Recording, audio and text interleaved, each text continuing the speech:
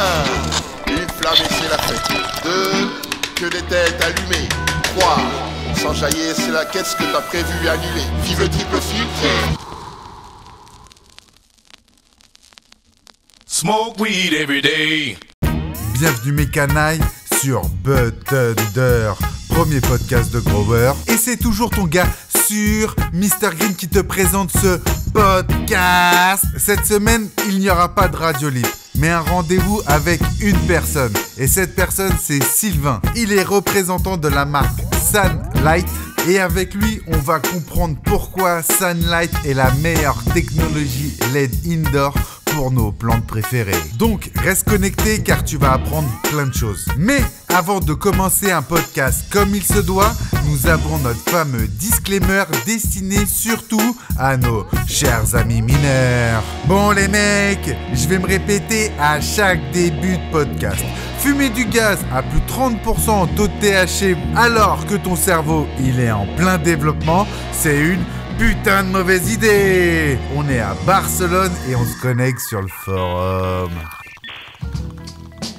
Bon, avant de commencer ce podcast et de découvrir qui est Sylvain, mes canailles, ça me tenait à cœur de vous rappeler les abonnements CBD Chanvre à Parfum. Grâce à cet abonnement, tu vas pouvoir découvrir tous nos épisodes au complet, non censurés et sans pub. Avec l'abonnement CBD Chanvre à Parfum, tu reçois des fleurs directement chez toi dans ta boîte aux lettres. T'as même pas à bouger. Et quand un épisode de Canaille Kit sort, tu as de quoi nous accompagner sur ton canapé. Et si tu n'as pas encore goûté le chanvre à parfum, je ne sais pas qu'est-ce que tu attends. Elles sont cultivées en indoor, sous LED, full living soil, aucun intrant industriel et un taux de terpènes à te faire péter les compteurs. Quand tu ouvres une boîte de chanvre à parfum, tu auras plus de sensations gustatives qu'avec une commerciale hydroponique. Ceux qui cavalent comme des canailles mal intégrés au système. Aujourd'hui mes canailles, je suis super content parce qu'aujourd'hui on va s'éclairer sans mauvais jeu de mots. On va parler lumière et on va pas faire ça avec n'importe qui parce qu'on a la chance d'avoir le représentant français Sunlight. Si tu peux te présenter pour nos auditeurs. Bonjour, moi c'est Sylvain, je suis le représentant de Sunlight en France, mais aussi en Belgique et en Suisse francophone. Okay. Et ça fait 2 ans maintenant que je travaille pour Sunlight, c'est un métier passionnant. Génial. Ouais, donc déjà, au bout de 2 ans, tu vas pouvoir nous livrer plein d'informations. Mais avant de comprendre qu'est-ce que c'est Sunlight, quelle technologie il y a derrière, pourquoi aujourd'hui toute l'industrie du cannabis se tourne vers la culture LED, nous, on aimerait te rencontrer. Avec Canaille Kit, on est des gens intimistes, on est une petite communauté de passionnés. Et nous, on a envie de connaître les humains. Et en plus, comme tu es quelqu'un qui a un parcours intéressant dans cette industrie, j'aimerais que tu nous parles un peu de qui tu es, comment tu es arrivé dans ce secteur, voilà un peu quelle est ta philosophie. On aimerait vraiment savoir un peu plus avant de comprendre cette technologie. Ouais, donc moi mon parcours c'est le suivant. Je suis passé par des études professionnelles. J'ai fait un BEP, un bac pro, un BTS. Donc j'ai fait un BTS management des unités commerciales. Okay. Et ensuite j'ai fait une licence de commerce international. C'était à l'époque un diplôme à double cursus. Et ce qui m'a permis d'aller continuer mes études en Angleterre pendant 1 an. Donc j'ai fait 1 an d'études en Angleterre. Et c'est là où je suis allé... au début, j'habitais avec un Français. Mais je me suis dit, c'est vraiment pas la meilleure façon d'apprendre l'anglais. Okay, ouais. Et donc, je suis allé habiter avec 3 Anglais, avec des colocs anglais à Bristol, dans le sud-ouest de l'Angleterre. Mm-hmm. Et j'ai vécu avec eux des moments formidables. C'était incroyable. Et c'est vraiment là que j'ai amélioré mon anglais.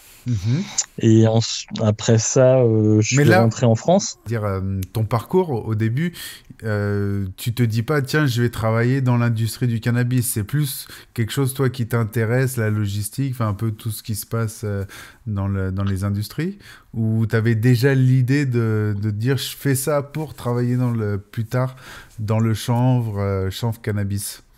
Alors, au niveau du chanvre, ouais, bon, j'ai comme tout le monde touché quand j'étais jeune. Et puis oui, c'est un milieu passionnant. Quand j'ai su que Sunlight recrutait, je me suis dit waouh, c'est vraiment une opportunité incroyable. Et j'ai tout fait pour pouvoir avoir ce job, ouais. Ok. Mais ça, c'était à la sortie de ton cursus ou tu as eu quand même plusieurs expériences j'ai eu des expériences avant, voilà, comme je te disais. Donc, j'ai fait mes études en Angleterre. Ouais. Ensuite, je suis revenu en France. J'ai fait des petits boulots. J'ai été réceptionniste d'hôtel. Okay. J'ai même travaillé en tant que caissier chez Darty. Et donc, voilà, j'ai économisé puisque moi, j'habitais chez mes parents. Et mon idée, c'était de revenir en Angleterre. Donc, je suis revenu en Angleterre. Et ensuite, voilà, j'ai trouvé un job où j'étais responsable export pour une agence d'exportation de livres et fournitures scolaires. Et j'étais en charge du développement en Afrique francophone. Donc ça, je l'ai fait pendant 8 ans. Okay. À côté, voilà, j'ai bien développé mon anglais, qui est ensuite essentiel pour la suite, pour pouvoir travailler chez Sunlight. Okay. Puis après, j'ai travaillé avec une société qui dans la sécurité électronique où je vendais des produits électriques en France. Et j'ai fait ça pendant 3 ans. C'était une société britannique, donc je parlais anglais tous les jours aussi. Donc j'ai gardé mon anglais. Et là, maintenant, je parle en anglais tous les jours avec mes collègues de Sunlight. Je parle pas allemand, puisque Sunlight, c'est une marque autrichienne. Okay. Mais ils parlent tous allemand. Mais j'ai des collègues aussi qui ne parlent qu'anglais.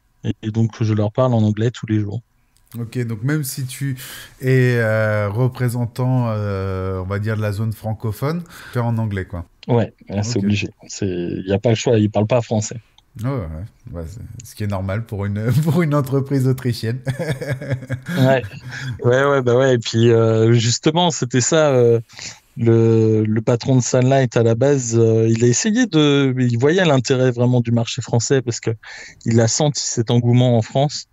Mais bon, il s'est rendu compte vite que ses interlocuteurs ne parlaient pas anglais et qu'il fallait recruter quelqu'un sur place. Ah oui, ça c'est sûr que la France, on a des petits problèmes avec l'anglais. Hein.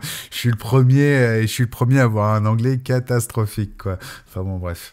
Mais ouais, non, mais ça c'est sûr. Mais après, Sunlight, vous commencez à être vraiment plutôt bien implanté.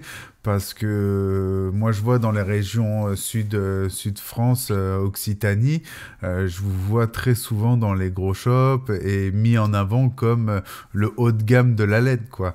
Mais justement, avant de comprendre un peu pourquoi vous êtes considéré comme le haut de gamme de la LED, et aussi quelque chose que j'ai compris en échangeant avec toi en amont, c'est que vous êtes vraiment une entreprise mondiale qui rivalise largement avec une Lumatech ou un Gavita, quoi. Niveau, on va dire, influence du marché, réseau et tout ça, j'ai été assez impressionné jusqu'où ça va. Du coup, mais tout ça... C'est un peu du teasing pour que les gens comprennent la deuxième partie. Là, j'aimerais qu'on revienne un peu à la première partie, un peu à tes premiers amours, parce que pour vouloir travailler chez Sunlight, je pense que tu as un background, tu as fait plein de choses en amont avec cette plante, et c'est ça qu'on aimerait comprendre. Ouais, moi j'ai travaillé, j'avais déjà, quand j'étais jeune, j'avais des amis qui étaient en autoculture, qui cultivaient eux-mêmes, donc je voyais ce qui se faisait. Et j'ai travaillé aussi alors avant, Sunlight avait une ferme en Suisse où j'y ai travaillé. On cultivait le CBD.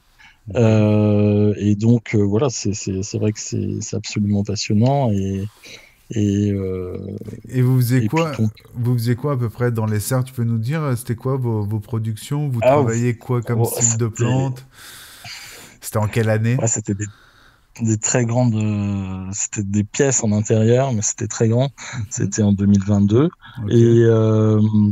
Et donc, mais moi, je suis arrivé sur la fin de cette ferme. Ok. Et donc, voilà, c'était la marque Empf Alpes, donc le chanvre des Alpes. Et on faisait des huiles sublinguales Ok. avec nos récoltes. Voilà, et puis aussi des fleurs qui allaient dans les shops en Suisse. Mais ouais, c'était une fantastique expérience et puis vraiment très intéressant de pouvoir travailler avec la plante. Ouais, du coup, Voilà, là, c'était avec moins de 1% taux de THC, du coup, je suppose. Alors, on faisait pour différents marchés, il y avait différentes pièces, donc il y avait différents taux. D'accord, ok. L'avantage de travailler avec une grosse industrie qui a des... Ça, c'est bien, ça.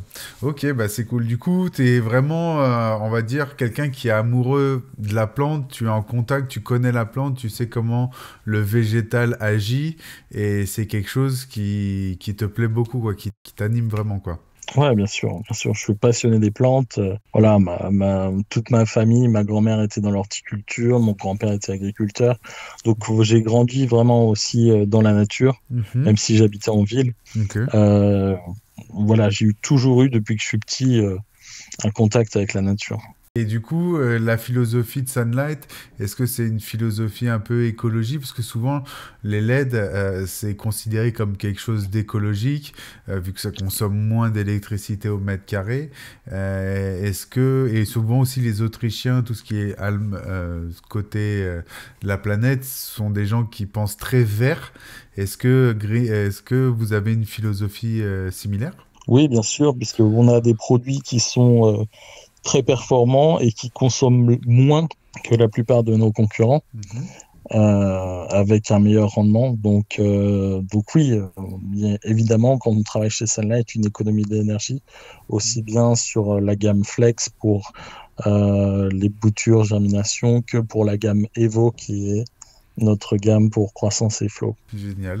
Et du coup, est-ce que tu peux nous parler un peu plus, là on a compris un peu qui tu étais, un peu ta philosophie et la philosophie de Sunlight, et du coup, est-ce que tu peux nous expliquer quels sont les avantages aujourd'hui de cultiver avec des LED?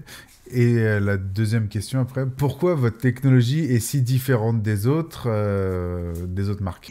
Alors, en quoi notre technologie est différente des autres marques? Donc nous, voilà, on est vraiment spécialisé dans la plante. Ça fait 12 ans qu'on fait des recherches en laboratoire en Suisse et en Autriche. Et donc, de là est ressorti tout un programme de développement de produits. Et on sélectionne parmi un nombre infini quasiment de LED qu'on peut trouver sur le marché, parce qu'on peut trouver vraiment tout type de LED. On a sélectionné les LED les plus performantes pour nos produits. On a les LED blanches Wicop de Séoul Semiconducteur pour la gamme Evo et puis pour la gamme Flex. Et puis pour les rouges, c'est la technologie Osram UX3 pour rouge et rouge lointain. Et on a vraiment... donc là, au niveau des LED, on a des produits de très haute qualité, puisque la durée de vie de nos LED est de 90 000 heures. Okay. Donc voilà, rien à voir avec la plupart des concurrents qui, eux, sont entre 50 000 et 60 000. Ça s'explique vraiment par la qualité des LED choisis par Sunlight. Ok, du coup, ça doit moins chauffer, parce que des fois, il y a des panneaux LED qui chauffent beaucoup, et du coup, je pense que, vu que vos panneaux ils durent plus longtemps en durée de vie, je pense que le matériel doit moins tirer, donc moins chauffer. Ouais, c'est une très bonne question. Donc nous, on a un dissipateur thermique qui va permettre de pouvoir rafraîchir le système. Nous avons un transfo qui est de très haute qualité et donc qui permet d'avoir peu de pertes énergétique au niveau de notre système, une perte énergétique. Okay. Voilà, c'est ce qu'on a vu aussi sur la plupart de nos concurrents, c'est que leur système chauffe beaucoup. Et donc, il y a une perte au niveau de ce qui est rendu en watts au final. Et nous, c'est pas le cas. Ouais, c'est vrai, parce que nous, on a beaucoup de panneaux, souvent, quand en plus on met des infrarouges qui très vite ont tendance à chauffer, où les barres, tu peux quasiment même pas les tenir dans les mains, tellement ça a chauffé, quoi. Du coup, C'est vrai que c'est intéressant de savoir ça parce que quand on achète un panneau, c'est quand même un investissement. Et de savoir que le panneau marche, on va dire, à plus sur une basse tension que sur une haute tension, c'est-à-dire qu'on tire sur le matériel ou alors on y va calmos, c'est intéressant, quoi. Parce que quand on achète un panneau, on est quand même parti théoriquement pour 5 à 10 ans de culture avec cet éclairage. Oui, et puis voilà, nous on est à 90 000 heures de durée de vie, donc ça fait 15 ans à fonctionnement constant avec les cycles. Ah oui, Ce 15 qui ans. fait que, ouais, ce qui fait que si tu veux, dans un gros shop, on est le produit qui, à l'année, coûtera le moins cher, en gros entre 30 et 40 euros la lampe. Ok. Et vous avez et t'as un peu des statistiques en SAV, tu sais si t'as beaucoup de retours de panneaux ou des choses comme ça, parce que c'est aussi le problème des LED, hein. Il y a beaucoup de problèmes, hein. Ouais, bah oui, donc nous l'année dernière, on a vendu 45 000 luminaires et on a eu 120 retours. Donc c'est 0,03%, donc c'est vraiment très peu. Okay. Et le plus gros problème qu'on a avec de SAV, c'est le transport. En fait, parce que les transporteurs qui balancent les colis, ça on connaît. Oui, bah ouais, ça c'est clair, c'est clair. Et donc voilà, c'est vraiment le plus gros problème qu'on a, puisque les produits à chaque fois, tous nos produits sont fabriqués dans notre usine en Autriche. Okay. Donc on fabrique en Europe, on est l'une des seules marques qui fabrique en Europe. Ouais, et, parce que les autres, on dira pas forcément les noms, mais on sait qu'il y en a certains qui sont avec des barres violettes là, où c'est directement de Chine, quoi. Ça c'est clair. Et non, du coup, la plupart, ouais. Du coup, c'était une question, tu réponds aussi à une question que je voulais te poser, c'était est-ce que vos panneaux sont de l'assemblage made in China ou est-ce que c'est vraiment un travail dessus? Parce que de ce que j'ai entendu en amont, vous testiez les spectres, parce qu'il y a aussi beaucoup de marques de LED qui achètent des spectres lumineux type horticole et qui ne conviennent pas forcément à notre plante, parce que notre plante, c'est une plante qui fait des fruits, qui a une façon de faire des fruits assez particulière. Du coup, des fois, acheter un spectre horticole assez large n'est pas assez précis pour la plante que nous, on a envie d'avoir. Et toi, tu me disais, vous êtes vraiment axé sur le chanvre et sur ce style de plante-là pour vraiment avoir un spectre lumineux adapté et que la plante puisse les capter quasiment à 90-100%, quoi. Oui, puisque nous, on a, comme je te disais, 12 ans de recherche dans nos laboratoires et maintenant, on a une licence THC en Autriche. Okay. On a notre propre laboratoire où on fait nos tests avec différentes variétés. Et voilà. Donc le spectre, c'est vraiment le résultat de 12 ans de recherche sur la plante. On est spécialisé dans le chanvre. Et ça, tu peux nous en parler un peu plus. Ça se passe comment? Est-ce que vous mettez des lampes? Vous avez des capteurs sur les plantes? Tu vois là, j'ai plein d'images qui m'arrivent en tête là, en me disant comment vous faites pour savoir que ce spectre est forcément mieux qu'un autre. Est-ce que ça, tu saurais un peu nous expliquer sur ça, nous éclairer? Alors, les spectres, ouais, non, ça c'est mon patron qui est en charge des recherches. Ouais. On a aussi un responsable de laboratoire qui fait toutes ces recherches. Okay. Et donc, voilà, le spectre, avant on avait la gamme Q, maintenant on a la gamme Evo, et c'est vraiment le meilleur spectre pour les plantes. Toutes les plus grosses marques travaillent avec nous, donc voilà, Reaper Seeds, Serial Seeds, Dutch Passion, la liste est très longue. C'est ça, tu m'avais envoyé un article où justement en Thaïlande, Arjan, donc vous travaillez avec le King, Arjan, lui, il cultive principalement avec vos LED. Voilà, c'est ça, ouais, Arjan, il cultive avec nos LED en Thaïlande. Okay, voilà, ça c'est l'une des références, mais bon, toutes les plus grosses banques de graines travaillent avec Sunlight.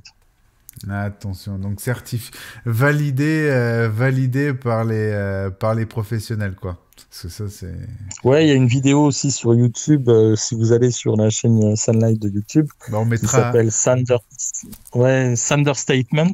Ouais. Et donc là, cette vidéo, on présente toute la société avec voilà, les références et puis les gens avec lesquels on travaille principalement sur l'Europe, là. Voilà. Et est-ce que tu peux nous expliquer pourquoi aujourd'hui les professionnels, parce que quand on est professionnel, on cherche toujours à avoir la qualité la plus optimale, on cherche toujours le matériel le plus performant. Et aujourd'hui, j'ai l'impression que les pros se tournent principalement vers la LED et laissent de côté, entre guillemets, la HPS. Est-ce que tu peux nous expliquer un peu cet état des lieux avec la vision de quelqu'un qui fabrique des LED aussi, justement? Voilà, l'intérêt de prendre des LED, voilà, déjà, quand on produit en grande quantité, c'est l'économie d'énergie. Et puis aussi, la récolte, on récolte avant l'HPS, donc c'est un gain de temps et un gain d'argent énorme. Et puis les qualités terpéniques, les cannabinoïdes qui ressortent de la LED sont juste incroyables. Les résultats qu'on a sous nos LED sont juste formidables. Donc il y a ceux qui ont travaillé sous Sunlight, bah, ils vont jamais pouvoir retourner en HPS. Ok. Parce que aussi, ce qui est assez particulier avec vos panneaux, c'est-à-dire que la plupart du temps, on a l'habitude de deux styles de LED, c'est-à-dire soit un carré où on a plein de diodes, ou alors des rampes qui se plient avec des barres. Et vous, c'est vraiment quelque chose de vraiment différent. Comment tu pourrais nous décrire ton matériel qui est assez particulier parce que vous avez un style unique avec Sunlight? Ouais, tout à fait. Donc voilà, ça c'est la gamme Evo, la gamme croissance et floraison, où on a des différents modules qui vont venir sur une sorte de barre. Donc on a plusieurs modèles, de l'Evo 3 à l'Evo 6. Donc l'Evo 3 modules 200 watts, l'Evo 4 modules 265 watts, l'Evo 5 modules 340 watts et l'Evo 6 400 watts. Et tu peux nous dire la longueur?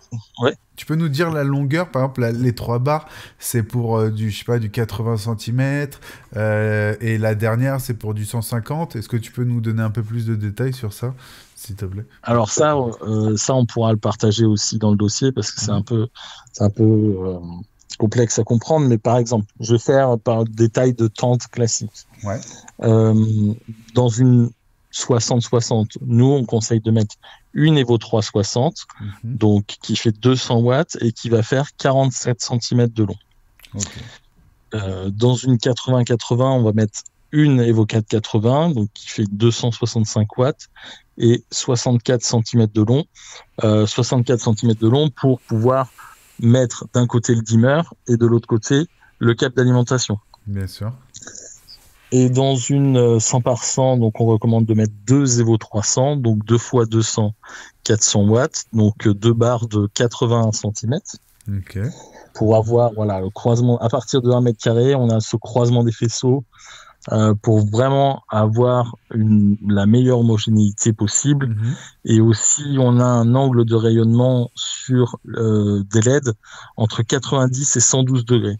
Okay. Et ça permet vraiment d'avoir une homogénéité sur l'ensemble de la surface de culture.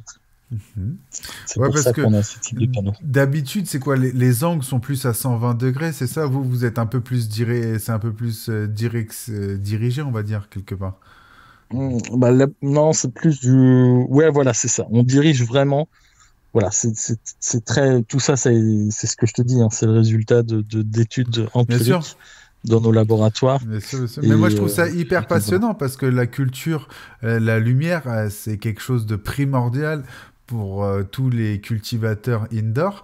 Et moi, par exemple, je sais que j'ai vu un bouleversement quand on est passé d'HPS à LED, parce que des variétés qui étaient autant il y a eu des variétés qui étaient incroyables comme les East Coast et tout ça sous HPS et qui ont eu on a dû les faire pendant 1 an et demi, 2 ans sous LED pour comprendre comment elles marchaient, parce qu'en fait on s'est rendu compte la puissance du spectre lumineux, l'absorption, comment ça change énormément de choses, et maintenant on est en train de se rendre compte qu'en affinant les spectres, en changeant, en mettant des variations, en jouant avec la lumière, qu'aujourd'hui on arrive à des qualités de résine exceptionnelles, à sortir des terpènes beaucoup plus complexes. Et les hash-makers aujourd'hui, ils arrivent à sortir des hash rosines grâce à ce genre de technologie juste incroyable, digne de diamants qui sortent d'une bijouterie, quoi. Donc vraiment aujourd'hui, c'est pour ça que j'avais vraiment envie de t'inviter et qu'on comprenne un peu qu'est-ce que c'était une belle marque de luminaire qui a une réflexion derrière un produit, ou quand on achète quelque chose, c'est un savoir-faire et non une logistique à Bangkok ou je ne sais où. Voilà, aujourd'hui, nous, Kenai Kikit, ce qu'on aime, c'est les artisans, c'est l'amour du travail bien fait. Et je pense que comme un cycliste a envie d'avoir un vélo de compétition à 2 000 €, je pense que des jardiniers de compétition ont envie d'avoir des luminaires de compétition. Et c'est pour ça que tu es là aujourd'hui, parce que je considère que Sunlight fait partie de ce haut de panier. Même si aujourd'hui, je ne veux pas mentir, je n'ai pas testé les panneaux. C'est juste de la théorie et surtout des retours, parce que j'ai des copains, j'ai pas mal de gens autour de moi qui ont tes panneaux et qui en sont vraiment satisfaits. Et je n'entends que du bien. Et en plus, on a un interlocuteur français. On était obligé de faire un podcast. Voilà, donc vraiment merci à toi pour tout ça. J'aimerais vraiment encore te tirer un peu plus d'informations, parce on est à peu près à 25 minutes de podcast, et je te piquerai encore un peu plus de temps pour vraiment que tu prennes le temps de nous expliquer tout ce qu'on peut faire avec vos panneaux. Parce que aujourd'hui, moi, je sais que j'ai eu du mal, par exemple, avec ce fait que pour 1 mètre carré, on doit avoir 2 panneaux qu'on doivent mettre entre guillemets un peu dans les angles, inclinés, et au début c'était pas du tout intuitif pour moi, et après quand j'ai vu par exemple dans le magasin du gros shop toulousain les résultats d'absorption de lumière au mètre carré, j'étais putain, quand même c'est vraiment pas mal, quoi. Est-ce que tu peux nous en parler un peu plus de ça, un peu de tous ces ratios, une fois qu'on multiplie les panneaux? Oui, tout à fait, même sur les surfaces individuelles. Ouais. Donc, nous, ce qu'on a remarqué, c'est qu'on a de toute façon étudié la plupart des concurrents qui sont sur le PPFD, donc c'est-à-dire la surface de culture, en gros entre 550 et 600. Est-ce que tu peux juste expliquer ce que c'est PPFD pour que les personnes les plus novices puissent comprendre? Alors, PPFD, c'est la photosynthèse, donc c'est l'absorption de la luminaire sur la surface de culture. Ok, qui n'est pas du tout... La photosynthèse, la densité de flux de photons de photosynthèse. D'accord, et ça, on est d'accord que ça varie en fonction des gammes, en fonction des technologies. Entre une LED et une HPS, ce ne sera pas du tout la même chose. Et tout ça, on est d'accord sur ça. Tout à fait. Okay. Et donc, la plupart de nos concurrents qui, eux, ont des panneaux carrés, on a remarqué qu'il y avait un gros point chaud au milieu et qu'après, sur les côtés, c'était pour eux beaucoup plus difficile d'avoir de la lumière qui parvient jusque dans les angles. Okay. Et donc, nous, on y arrive avec nos panneaux rectangulaires. Comme je t'expliquais, la plupart des concurrents sont entre 550 et 600 micromoles par mètre carré par seconde, voilà, qui est la mesure pour pouvoir mesuré sur la surface de culture. Et donc, nous, sur une surface de 120-120, on est à 930 de moyenne. 100 par 100, on est à 1015. Et en moyenne, on va dire la moyenne, parce que je suppose que vous êtes plus élevé que les autres. Est-ce que tu peux nous donner un comparatif avec un standard ?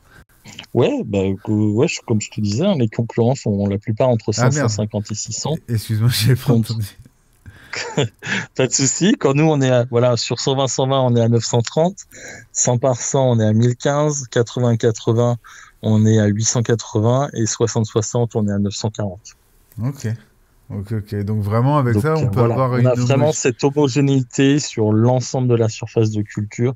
Et les plantes vont pouvoir grandir partout à la même hauteur. Après, ça dépend bien sûr de la stabilité des génétiques, etc. Et donc, c'est fini l'époque de la HPS où on avait la maxi bud au milieu et que sur les côtés, c'était tout fluffy. Merci à toi de venir découvrir nos versions gratuites disponibles sur YouTube ou Spotify. Maintenant, si tu as envie d'en apprendre plus et de découvrir une communauté cannabique unique en son genre, spécialisée Living Soil, et que tu ne veux plus subir les censures de YouTube, d'Instagram ou tous ces autres réseaux, il n'y a qu'une seule possibilité, c'est de devenir une canaille. Et avec ce petit abonnement que tu peux résigner à n'importe quel moment, tu as accès à notre Discord. Et si tu as envie de venir participer au podcast, c'est le lieu et le moment. Donc, à toi de devenir une canaille.